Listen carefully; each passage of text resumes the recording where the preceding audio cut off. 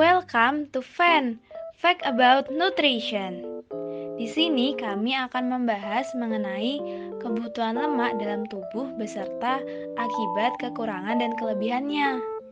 Namun sebelum masuk ke materi, di sini kami akan menjelaskan mengenai AKG. Angka kecukupan gizi adalah suatu nilai yang menunjukkan kebutuhan rata-rata zat gizi tertentu yang harus dipenuhi setiap hari bagi hampir semua orang dengan karakteristik tertentu untuk hidup sehat. Faktor yang menentukan kebutuhan gizi yaitu berat badan, tinggi badan, usia, jenis kelamin, tingkat aktivitas, dan kondisi fisiologis. Jenis zat gizi terbagi menjadi zat gizi makro dan mikro. Zat gizi makro atau makronutrien adalah zat gizi yang dibutuhkan dalam jumlah besar. Jenis zat gizi yang termasuk dalam kelompok ini yaitu karbohidrat, protein, dan lemak. Sementara itu, zat gizi mikro atau mikronutrien yaitu zat gizi yang dibutuhkan dalam jumlah kecil. Jenis zat gizi ini mencakup vitamin dan mineral. Kendati dibutuhkan dalam jumlah kecil, zat gizi mikro memiliki fungsi penting dalam berbagai sistem tubuh. Kebutuhan kalori menggambarkan besarnya energi yang dibutuhkan dalam sehari. Dapat menggunakan rumus Harris-Benedict atau Mifflin. Setelah mengetahui seberapa besar kebutuhan kalori harian Anda, lanjutkan dengan menghitung kebutuhan gizi makro dan mikro. Kebutuhan gizi makro: protein 10-15%, lemak 10-25%, dan karbohidrat 60-75% dari kebutuhan kalori total. Berikut adalah rumus Harris-Benedict untuk pria dan wanita. Berat badan yang dicantumkan adalah dalam kilogram dan tinggi badan dalam sentimeter. Level of activity dibagi menjadi 6. Berikut adalah contoh kasusnya. Aura adalah mahasiswi berusia 20 tahun dengan berat badan 55 kg dan tinggi badan 160 cm. Aura rajin berolahraga 3 kali dalam seminggu. Maka bagaimana penentuan kebutuhan gizi Aura dalam sehari? Menggunakan rumus Harris-Benedict. Dengan rumus ini kita dapat mengetahui total energi harian Aura yaitu 1797 kilokalori. Kesimpulannya, kebutuhan gizi Aura dalam sehari adalah protein 67 gram, lemak 50 gram, dan karbohidrat 270 gram. Di sini kami fokus terhadap lemak. Jadi sebenarnya lemak itu apa ya?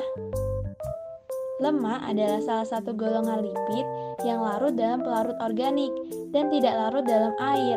Lemak merupakan ester dari gliserol dan asam lemak. Lemak dapat dijadikan sebagai sumber energi dan cadangan energi dalam tubuh manusia. Menurut rekomendasi WHO tahun 2010, tubuh memerlukan lemak sekitar 20-35% dari jumlah kalori total yang dibutuhkan tubuh atau sama dengan 78-97 gram lemak per hari. Kemenkes RI menganjurkan konsumsi lemak sekitar 20-25% dari jumlah kalori total atau setara dengan 5 sendok makan lemak atau minyak. Perlu diperhatikan bahwa kebutuhan lemak per hari bergantung pada kebutuhan kalori dan diet tiap individu. Kebutuhan kalori tiap individu dihitung dengan memperhatikan umur, jenis kelamin, aktivitas fisik, dan aspek lainnya. Selain itu, apabila kebutuhan lemak total diwujudkan dalam porsi makanan, maka harus seimbang antara lemak jenuh dan lemak tidak jenuh dan sebisa mungkin menghindari lemak trans. Berikut visualisasi lemak berupa molekul dan senyawa. Walaupun lemak merupakan musuh terbesar bagi orang-orang yang ingin menurunkan berat badan, bukan berarti tubuh kita tidak memerlukan lemak. Persediaan lemak yang kurang akan mengganggu metabolisme tubuh dan akan berdampak pada kondisi kesehatan seseorang. Jadi, apa aja sih dampak yang kita rasakan apabila tubuh kita kekurangan lemak? Pertama, kekurangan asupan kalori. 1 gram lemak menghasilkan 9 kilokalori. Artinya, lemak menyumbang kalori paling banyak. Apabila seseorang mengurangi porsi lemaknya, persediaan lemak di dalam tubuhnya akan berkurang dan perlahan ia akan mengalami penurunan berat badan. Kedua, menimbulkan gejala defisiensi vitamin larut lemak. Lemak dapat berfungsi sebagai pelarut vitamin larut lemak seperti vitamin A, D, E, dan K.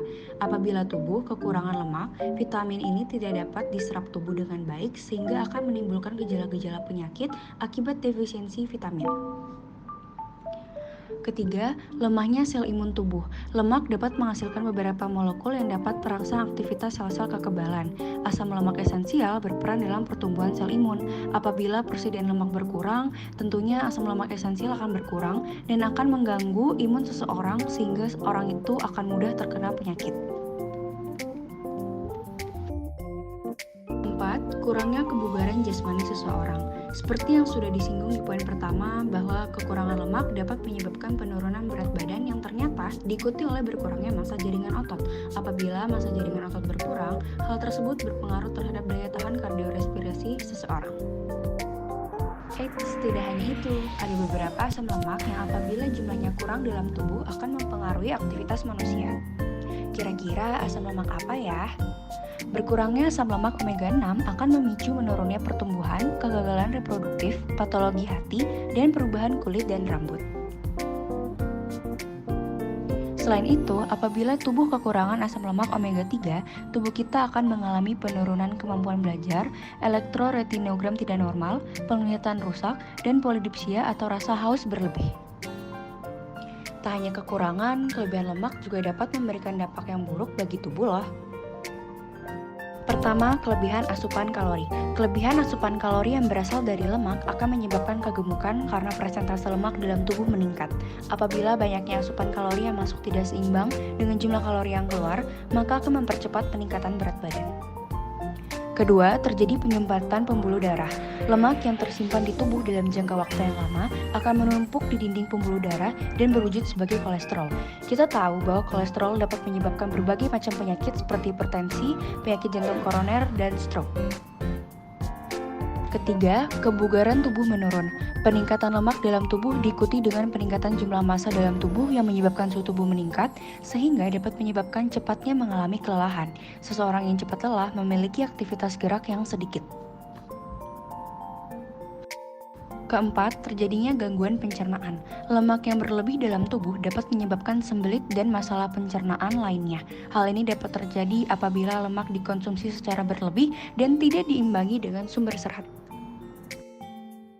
Berikut adalah sumber-sumber yang kami gunakan. Terima kasih telah menonton konten edukasi dari kami. Jangan lupa untuk like, komen, dan subscribe agar pengetahuanmu terus bertambah. See you in our next content. Bye-bye.